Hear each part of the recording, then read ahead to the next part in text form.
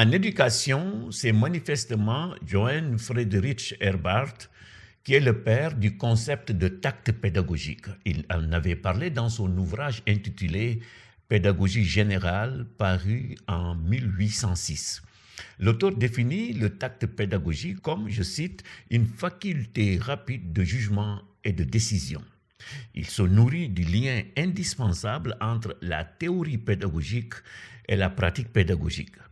Gabriel Weygand et Rémi S. expliquent que Herbart, en parlant de tact pédagogique, pointe la capacité d'empathie et de jugement nécessaire à l'enseignant s'il veut agir et prendre des décisions justes avec des jeunes, et cela dans des situations pédagogiques toujours renouvelées.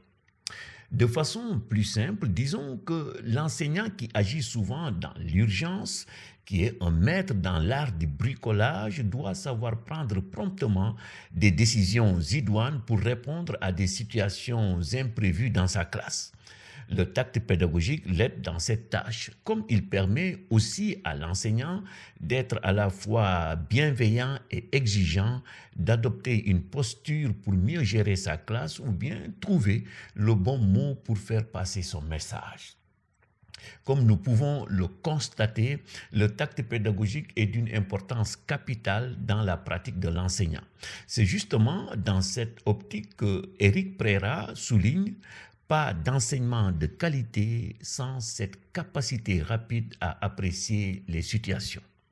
Dans l'enseignement, on est tenté de dire que l'expertise se mesure aussi par la capacité de l'enseignant à faire preuve de tact dans sa relation pédagogique, puisque le tact pédagogique lui permet d'être efficace et réactif.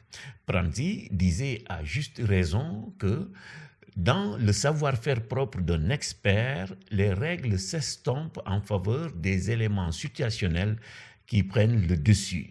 Plus un agent est expert, moins il a besoin de délibérer et de prendre consciemment des décisions. Alors reste à savoir si on peut apprendre le tact pédagogique aux enseignants.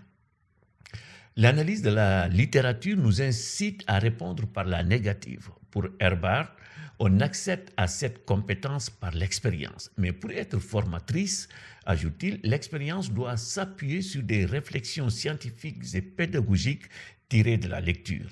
Il invitait aussi les enseignants à interroger toujours leurs pratiques. Éric Préra ne dit pas autre chose en indiquant que le tact pédagogique ne s'apprend pas de façon méthodique. Son conseil aux jeunes enseignants: il faut fréquenter vos collègues qui font preuve de tact dans leurs relations pédagogiques. L'apprentissage, mettons des guillemets, du tact pédagogique, compétence clé pour être un bon enseignant, montre une fois de plus toute l'importance de l'auto-formation dans le développement des compétences professionnelles des enseignants.